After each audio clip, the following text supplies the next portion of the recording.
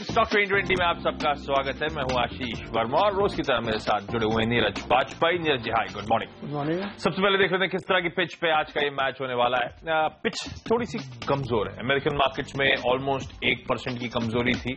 कई सारे फैक्टर्स, कच्चा तेल फिर से स्लिप, 6.5 साल के लोस पे काम, ग्लोबल ग्रोथ को लेकर कंसर्न्स तो वही कर ही रहे हैं, और साथ में फेडरल रिजर्व के मिनट्स आए जो जुलाई की बैठक हुई थी। तो कमजोर शुरुआत, मिनट्स आने के बाद उछाल, हरे निशान पे पहुंचा, वापस डिप हुआ मार्केट और फाइनली 1% की कमजोरी थी। यूरोप में हमने देखा प्रेशर 2% तक का था। एक तो कच्चे तेल, क्योंकि कमोडिटी मार्केट ज्यादा डिपेंडेंट रहते हैं, प्रेशर देखने को मिलता है। साथ साथ फेडरल रिजर्व के मिनट जो आने थे उस अवेटेड थे, तो नर्वसनेस थी। एशिया इसीलिए कमजोरी के साथ ही कामकाज कर रहा है। हालांकि फेडरल रिजर्व के मिनट्स क्विकली आपको बता दूं, असमंजसता, कंफ्यूजन जस का तस बना हुआ है। कोई क्लियर कट टाइमलाइन फेड ने बिल्कुल भी इंडिकेट नहीं करी है। एचएसएपी दर्शा रहा है 50-60 अंक के आसपास की कमजोरी की शुरुआत। जैसे में रणनीति क्या होगी? घरेलू मार्केट पे ज्यादा फोकस करना चाहिए। कल जिस तरीके से पेमेंट बैंक की खबर आई, तमाम सारे डेवलपमेंट जो डोमेस्टिक फ्रंट में है, लगता है बाजार उस पर ज्यादा ध्यान देगा रादर की फेड वाले को। फेड में रेट कट की बातें हो रही हैं, केस भी बन रहा है कि सितंबर में शायद हो जाए, लेकिन लेट्स सी क्या होता है वहां पे। फिलहाल सेक्टर सोचता है घरेलू बाजार पे फोकस करते हुए एक स्ट्रेटजी यहाँ पे बनानी चाहिए खरीदारी की। खरीदारी पर फोकस हमारा भी रहेगा, लेकिन चुनिंदा गेंदबाज हम रखना चाहेंगे। थोड़ा सा कॉशियस है मार्केट पे, हम लगातार मेंटेन भी कर रहे हैं, तो थोड़े से गेंदबाज तो ऑब्वियस रहेंगे पोर्टफोलियो में।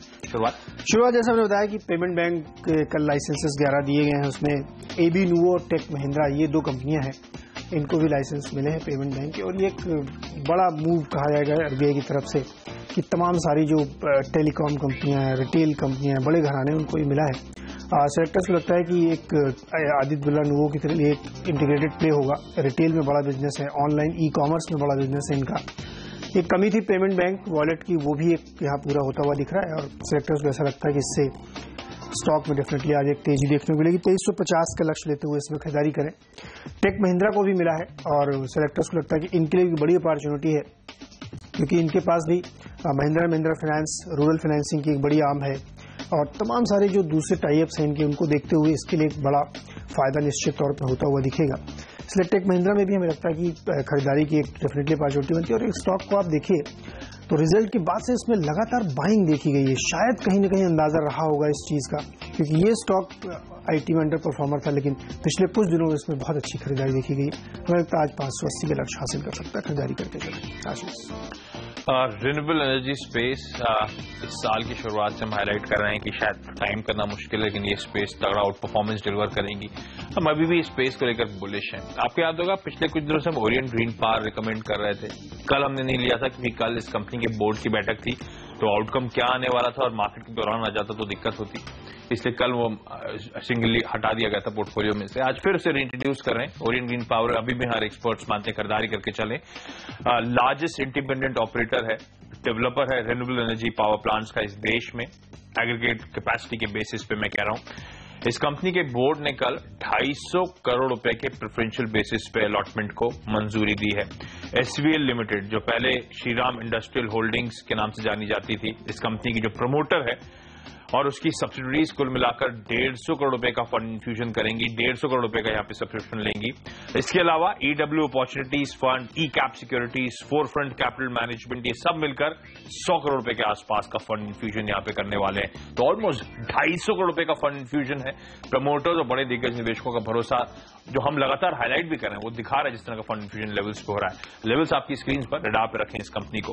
मोज़रबेयर इंडिया, एक और ऐसी कंपनी, इवेंचुअली हमें लगता है जिस तरह का कारोबार है, जिस बड़ी दिक्कतें झेली है इस कंपनी ने, स्टॉक प्राइस को पूरी तरह से रिफ्लेक्ट कर रहा है। एक टाइम पे तो बहुत इंटरेस्टिंग मिड कैप स्टोरी हुआ करती थी जब ये ब्लू रे सीडीज वगैरह बनाने का काम करती थी। उसके बाद सोलर में डाइवर्सिफिकेशन, तमाम दिक्कतें आई। सोलर उस टाइम पे पिकअप नहीं कर रहा था जब इस कंपनी ने उस पर पैर जमाने की कोशिश करी थी। उसके बाद तमाम दिक्कतें, बैलेंस शीट स्ट्रेस हुई थी। अब जिस तरह के पैर जमा रखे हैं और जिस तरह से हम रिन्यूएबल एनर्जी स्पेस पे बुलिश हैं, शायद इस कंपनी के लो लेवल्स पे यहाँ पे अट्रैक्टिव मौके हैं। फिर से स्टॉक स्लाइड हुआ है, तगड़ा प्रेशर है। मेरे ख्याल से रिसेंट हाई तो 40-45% वापस गिर चुका है। थोड़ा पेशेंस या फिर इस समय तो ट्रेडिंग के लिहाज से आज हमें लगता है 11:30 तक के लेवल्स तक अप्रोच करें। इसी के साथ वक्त हम दोनों की टीम्स के डिपेंडेबल खिलाड़ी जानने का।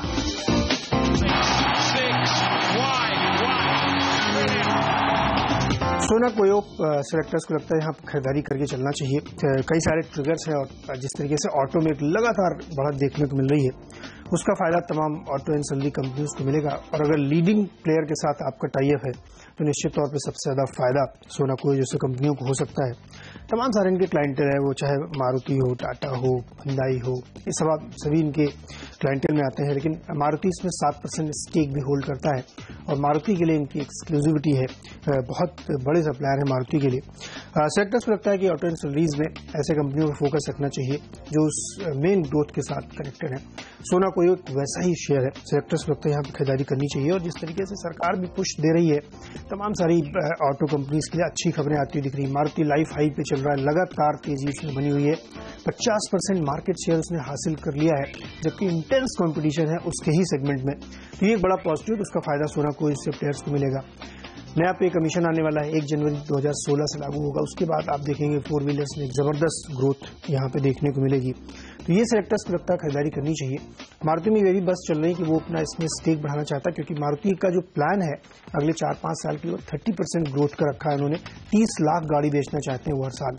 तो ये एक बड़ा सेगमेंट है, उसके लिए वो चाहते हैं कि कैप्टिव प्लेयर्स होने चाहिए जिनके साथ उनका टाई अप हो। तो 7% ऑलरेडी स्टेक है, बस है 5-6% वो और इसमें स्टेक बढ़ाना चाहते हैं। ये एक बड़ा पॉजिटिव इसके लिए होगा। सेक्टर्स लगता है सोना कोई आपके रडार पर होना चाहिए, इसीलिए इसमें खरीदारी की सलाह दे रहे हैं। रिजल्ट भी आप देखें, पहले क्वार्टर में 72% मुनाफे में बढ़त हुई है। ऑब्वियस है मारुति से प्लेयर अगर इस तरीके की सप्लाई दे रहे हैं तो यहाँ पे होगी बढ़त। उम्मीद की जानी चाहिए कि अगले 2-3 तिमाहियों तक ये स्टॉक आउट परफॉर्म करता हुआ दिखेगा रिजल्ट फ्रंट पे भी, और तमाम सारे दूसरे पैरामीटर्स इसको इंडिकेट कर रहे हैं खरीदारी करके चले। 73 का लक्ष्य रखिए, खरीदारी करिए। 66, 65, 50 के आसपास स्टॉप लॉस है। एक और पसंदीदा स्टॉक जैकॉब आज का डिपेंडेबल खिलाड़ी है। ध्यान रखें, एक ट्रेडर्स फेवरेट हाई बीटा काजी रियल एस्टेट प्ले है ये कंपनी, और डिपेंडेबल के तौर पे एक बार फिर से हम फीचर कर रहे हैं इस कंपनी को। मिड कैप्स और स्मॉल कैप्स वैसे भी ध्यान रखें मार्केट्स में आउट परफॉर्म कर रहे हैं।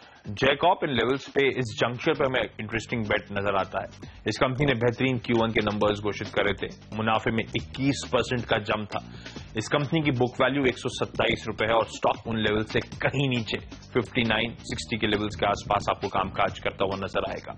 और अब बुक वैल्यू से नीचे जो काफी सारी कंपनीज हैं उसमें आप देख रहे हैं किस तरह के मोमेंटम है। मिसाल के तौर पे PSU बैंक्स किस तरह से बाजार अब उस बुक वैल्यू के फैक्टर को बड़ा कीनली वॉच आउट कर रहा है। वैसे भी हमारा मानना है कि एक रेंज बाउंड मार्केट हम लगातार हाईलाइट करते रहें। ट्रेडर्स फेवरेट मिड कैप्स शायद आउट परफॉर्म करें, small auto ancillary companies, tyre companies operate बेहतर परफॉर्म कर रही थी, mid cap IT companies, pharma companies का हमने देखा अच्छा आउट परफॉर्मेंस दिखा रही थी, एजुकेशन स्टॉक्स ने आउट परफॉर्म करा था। स्टॉक स्पेसिफिक मार्केट हमारा मानना है थोड़े से फंडामेंटली स्ट्रॉन्ग काउंटर्स पे दाव लगाएं जिनके अच्छे Q1 नंबर्स देखने को मिले थे और जहां पे एक्सपेक्टेड है कि Q2 में अच्छा परफॉर्मेंस देखने को मिलेगा। ऐसी एक कंपनी जैकॉब है। ध्यान रखें ये कंपनी डाइवर्सिफाइड कॉन्ग्लोमरेट है, प्लास्टिक, टेक्सटाइल्स, रियल एस्टेट वगैरह में है। और खास तौर पे जिस तरह से कच्चे तेल की कीमतें गिर रही हैं, आज 6.5 साल के लोस पे कच्चा तेल पहुंच गया है। नाइमेक्स जिस तरह से पिटाई हो रही है, बैंड की जिस तरह से पिटाई हो रही है इन कंपनीज के, इसीलिए मैंने कहा था Q1 तो अच्छा था ही था, Q2 शायद एक बेहतर आउट परफॉर्मेंस आपको देखने को मिले क्योंकि कच्चे माल की लागत बेहद कम हो रही है। प्रोमोटर्स का 73% स्टेक, 5% FIS के पास, 2% DIS के पास, शेयर होल्डिंग पैटर्न इस कंपनी का अच्छा कंफर्ट देता है। स्टॉक चार्ट्स पे भी बेहतर है, 100 रुपए के लेवल से करेक्ट हुआ है, 50 के आसपास के लेवल से गिरा था, अब वहां पे कंसोलिडेशन और एक बॉटम आउट की प्रोसेस से गुजर रहा है। हमें लगता है शायद टेक्निकली भी एक आउट परफॉर्मेंस तगड़ा ही काउंटर दिखा सकता है। जैकॉब की जो SEZs है, ध्यान रखें जिस एरिया में है अब वो धीरे धीरे बातें बढ़ती जा रही हैं। कल ही लीडिंग जर्नल से रिपोर्ट भी करा था, नवंबर एयरपोर्ट की बात करी गई थी, वो सी लिंक की बात करी गई थी और दोनों को साथ में ही शुरू करने की इस साल के अंत तक शायद बातचीत चल रही है। जैकॉब को रडार पर रखने से कई सारे पॉजिटिव स्टैकअप हो रहे हैं। आज के लेवल्स आपकी स्क्रीन पर। छोटा सा ब्रेक, उसके बाद हम दोनों टीम्स के मिडिल ऑर्डर के खिलाड़ी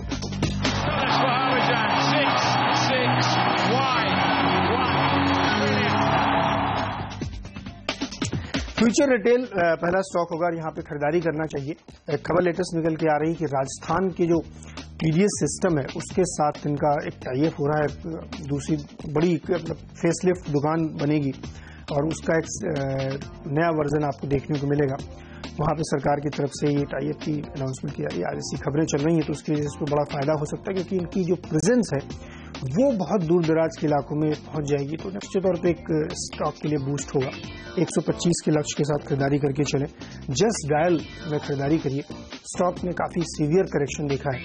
हमें लगता है कि टेक्निकल बाउंस यहाँ आएगा, फंडामेंटली कोई बदलाव नहीं है, लेकिन चार्ट पे बहुत ज्यादा ओवरबॉट जोन पे, ओवरसोल्ड जोन पे दिख रहा है।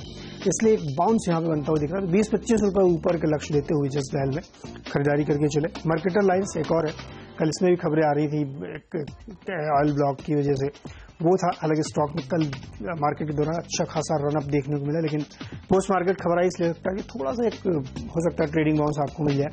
तो 26-26.5 तक के लक्ष्य के साथ मार्केटर में भी खरीदारी करके चले। आशीष, पेमेंट बैंक की आपने बात करी, एक इंटरेस्टिंग कंपनी है, इसको रडार पे रखें, शायद इसके बारे में पढ़ें। हालांकि कल इंटरेस्ट रेट में बड़ा तगड़ा मोमेंटम था, लेकिन हमें लगता है बहुत शार्प और स्मार्ट मूव दे सकती है। फॉर्च्यून फाइनेंशियल सर्विसेज खरीदारी करने की सलाह। आज के लिए लेवल्स आपकी स्क्रीन पर आएंगे। अपने रीसेंट हाई से काउंटर 30% नीचे कामकाज कर रहा है। कल एक खबर आई है ministry of road transport and highways का, उन्होंने एक नोटिफिकेशन जारी करा है जिसमें उन्होंने स्पेसिफिकली हाईलाइट करा है कि 4 व्हीलर्स और 2 व्हीलर्स को कंप्लायंट होना पड़ेगा भारत स्टेज 4 नॉर्म्स से, जो कि इन्फोर्स हो रहे हैं देश भर में। अब इसका मतलब जो एमिशन स्टैंडर्ड नॉर्म्स हैं और सख्त हो रहे हैं, तो जो तमाम कमर्शियल व्हीकल प्लेयर्स हैं, एग्जॉस्ट मैन्युफैक्चरर्स हैं, इंजन मेकिंग कंपनीज जो हैं, उनको फायदा होने वाला है। एक कंपनी हमने सिंगल आउट करी है, वो है Munjal auto. Famous hero group of companies को बिलोंग करती है। ये कंपनी खास तौर पे ऑटो कंपोनेंट मैन्युफैक्चरिंग में एग्जॉस्ट सिस्टम्स बनाने का काम है 2 व्हीलर्स और 4 व्हीलर्स के लिए, और देश की सबसे बड़ी कंपनी है। फंडामेंटली जो एग्जॉस्ट सिस्टम्स का रोल होता है बड़ा क्रूशियल होता है एयर और साउंड पॉल्यूशन जो है ऑटोमोबाइल्स में, उसे कम करने के लिए। प्रमोटर्स का इस कंपनी में 75% स्टेक है। अब ये कंपनी शायद रडार पे आए, बिजनेस में मार्क्ड इंप्रूवमेंट शायद आपको देखने को मिले, खरीदारी करके चलें। इंटरेस्टिंग आइडिया हो सकता है। अशोक लेलैंड, क्योंकि मैंने कहा था कमर्शियल व्हीकल तो एग्जॉस्ट मैन्युफैक्चरर्स की बात करी थी मैंने। अशोक लेलैंड ने अपनी हाल की कॉन्फ्रेंस कॉल में कहा था कि वो बाइंग देख रहे हैं, नई लॉक ब्रेकिंग टेक्नोलॉजी जो ट्रक्स में आ रही है, उसके बाद ट्रक्स की कीमतें बढ़ेंगी, उससे पहले वो फ्रेम्ड करेंगी, तगड़ी बाइंग ट्रक्स के लिए आती हुई नजर आएगी। दूसरी पॉइंट उन्होंने स्पेसिफिकली हाईलाइट करा था कि जो भारत स्टेज 4 के एमिशन नॉर्म जब से लागू होंगे तो उससे पहले बड़ी तगड़ी प्री बाइंग आती हुई नजर आ सकती है। और हमें लगता है ये कंपनी जिस तरह का मोमेंटम है, हालांकि कल अटकता हुआ नजर आया था, थोड़ा सा कॉशियस रहें, लेकिन ये काउंटर यहां से बड़े सिग्निफिकेंट अप मूव्स अभी भी देखने का दमखम रखता है। लेवल्स आपकी स्क्रीन पर, और इसी के साथ वक्त हम दोनों की टीम के फ्री हिट कराई जाने का। एक और auto and salary Omaxe auto में सेक्टर्स खरीदारी की सलाह दे रहे हैं, और उनको लगता है कि यहाँ पे एक अच्छा मोमेंटम बनने की पूरी गुंजाइश है, क्योंकि कई सारे ट्रिगर हैं। काफी पुरानी कंपनी है ऑटो एंड सैलरी सेगमेंट में। 2 व्हीलर 4 व्हीलर कमर्शियल व्हीकल सभी के लिए देश और विदेश में इनके कंपोनेंट सप्लाई होते हैं। सेक्टर्स को लगता है कि इसमें इसलिए भी खरीदारी करनी चाहिए क्योंकि तमाम सारे ट्रिगर्स जो सीवी में दिख रहे हैं आपको, उसका बड़ा फायदा इनको होगा, क्योंकि उसकी सप्लाई लगातार इंक्रीज होती हुई दिख रही है। उत्तर प्रदेश, कर्नाटक, उत्तराखंड में इनके प्लांट्स हैं। उत्तराखंड में आपको मालूम होगा टैक्स रिबेट मिलती है, तो वो एक बड़ा पॉजिटिव इनके लिए होता है। तकरीबन ऑल कंपनी जो है बड़ी सीवी की, जो मल्टीनेशनल कंपनीज है, वो भी इनके क्लाइंटेल में शामिल है, तो वो भी एक बड़ा ट्रिगर है। लेकिन केवल इसको ऑटो एंड सैलरी कंपनी मानना ठीक नहीं, क्योंकि इसका जो बड़ा एक सेगमेंट है वो इंजीनियरिंग और रेलवेज में भी है। और रेलवेज में आपको पता ही है कि जिस तरीके से एक पैराडाइम शिफ्ट हो रहा है, सरकार पूरी तरीके से रेलवे को रिवैम्प कर रही है, उसका बड़ा बेनिफिट इन तमाम कंपनियों को मिलेगा। स्कॉट्स भी नो डाउट इसमें है, लेकिन सेक्टर्स को लगता है कि ऐसी छोटी कंपनियां जहां पे बड़े बड़े ऑर्डर्स की गुंजाइश की जा रही है। कल ही CNBC आवाज पे आपको इंटरव्यू भी सुनाया गया था सुरेश प्रभु का, जिन्होंने कहा कि बहुत सारे बड़े चेंजेस किए जा रहे हैं जो आपको अगले 6-8 महीने में अनफोल्ड होते हुए दिखेंगे। तो इसलिए इसमें खरीदारी की निश्चित तौर पर गुंजाइश बनती है। इसके साथ ही ये होम फर्निशिंग सेगमेंट में है, आइकिया के साथ इनके जो क्लाइंटेल है वो भी एक बड़ा ट्रिगर इस स्टॉक के लिए हो सकता है। प्रोमोटर्स ने पिछले कुछ समय में करीब 2.5% अपना इसमें स्टेक बढ़ाया। आप ध्यान रखिए, ऐसी तमाम कंपनियों में प्रोमोटर्स अपने स्टेक लगातार इंक्रीज कर रहे हैं, जहां आगे बड़े तेजी की गुंजाइश बन रही है। इसीलिए ये आपको ध्यान रखना है, जो क्रीपिंग एक्विजिशन होता है वो इंटरेस्टिंग है, और इस समय करीब 55% से ज्यादा का स्टेक प्रोमोटर्स होल्ड करते हैं। 13% की ग्रोथ से स्टॉक लगातार, कंपनी लगातार ग्रो करती हुई दिख रही है यहाँ पे, और हम ये उम्मीद करते हैं कि चूंकि अगले 5 साल तक ऐसी ही ग्रोथ की गुंजाइश बनती है, लास्ट 5 ईयर से ये सस्टेन्ड ग्रोथ बनी हुई है, तो उम्मीद करनी चाहिए कि यहाँ पे एक बड़ा ट्रिगर देखने को मिलेगा। 150 करोड़ के मार्केट कैप की कंपनी है। सेक्टर्स को लगता है कि बहुत ही बढ़िया केस यहाँ पे बनता है खरीदारी का। 65-67 रुपए तक के लक्ष्य के साथ इसमें लॉन्ग पोजीशन बनाए, 56 के आसपास स्टॉप लॉस है। आशीष, अच्छा, बीट एंड डाउन अच्छे फंडामेंटल वाली कंपनीज हम हाईलाइट कर रहे हैं, सिंगल आउट कर रहे हैं। उसी कड़ी में राष्ट्रीय केमिकल्स एंड फर्टिलाइजर्स RCF, कई सारे रीजंस हैं हमेशा की तरह हमारे पास इस काउंटर में बुलिश होने के लिए। एक ध्यान रखें, हमने कच्चे तेल की प्राइसेस में फॉल की बात करी थी जैकॉप लेते वक्त। कच्चे तेल में जिस तरह की तगड़ी पिटाई हो रही है उसका सीधा फायदा आरसीएफ जैसी कंपनीज को मिलता है, क्रूड डेरिवेटिव्स जो इस्तेमाल करती हैं। फर्टिलाइजर एक बड़ा प्ले है। प्रधानमंत्री कृषि सिंचाई योजना जो थी वो अप्रूव करी थी कैबिनेट ने रिसेंटली, तो उसका भरपूर फायदा मिलेगा। हम लगातार कह रहे हैं पेट्रोल और डीजल के डीकंट्रोल के बाद जो अगला स्टेप शायद मोदी सरकार इस फ्रंट पे ले सकती है वो यूरिया डीकंट्रोल का हो सकता है, जो कि एक बड़ा रिफॉर्म होगा इस सरकार के द्वारा। आपको याद होगा सेंचुरी टेक्सटाइल जैसी कंपनीज को लेकर बड़ा बुलिश हो रहे हैं लोग। कहना है कि 50 एकड़ जमीन है, लैंड बैंक है मुंबई में और बड़ी तगड़ी वैल्यू अनलॉकिंग हो सकती है। ध्यान रखें, इस कंपनी आरसीएफ के पास मुंबई के चेंबूर के इलाके में यानी कि ऑलमोस्ट हार्ट ऑफ मुंबई में 800 एकड़ जमीन है जिसकी वैल्यू कहा जाता है 10,000 करोड़ रुपए से प्लस की है। वो वैल्यू अनलॉकिंग हो सकती है। वो एक सिटिंग एसेट है, अगर वो प्लांट मूव होता है तो शायद वो वैल्यू अनलॉकिंग हो, तो एक एडेड अट्रैक्शन एडेड बेनिफिट डिस्काउंटर को लेकर वो है।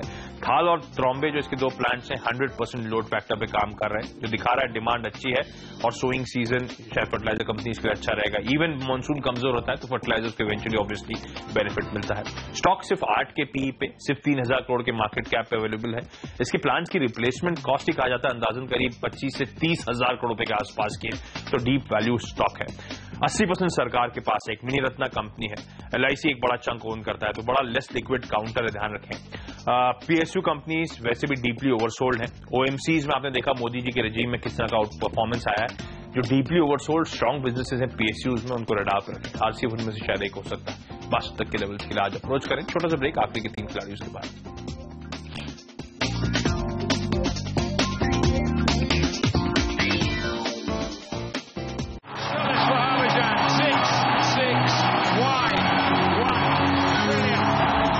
ब्रेक के बाद आपका स्वागत है। सबसे पहले यहाँ पे आप अमूल्य लीजिंग खरीदारी करने की सलाह है। टेक्निकली हमारे एक्सपर्ट्स मानते हैं एक स्ट्रॉन्ग स्टडी ग्राउंड पे है। नई रेंज प्रॉब्ली इस काउंटर में आपको देखने को मिलेगी। इनफैक्ट साल के अंत तक शायद 200 तक के लेवल से काउंटर जाता हुआ नजर आया, तो एक अच्छी अपॉर्चुनिटी है। वैसे भी ध्यान रखें, एनबीएफसी कंपनी थी, अब ये नो लॉन्गर एनबीएफसी है, इरिगेशन स्पेस में उतर चुकी है जब इसने 51% स्टेक अपोलो इरिगेशन का एक्वायर करा था। एस्ट्रल पॉली से कंपीट करती है, जो कंपनी 5 टाइम्स अपने सेल्स के ट्रेड करती है, और इस कंपनी के वैल्यूएशन लिहाज से बेहद मीगर है।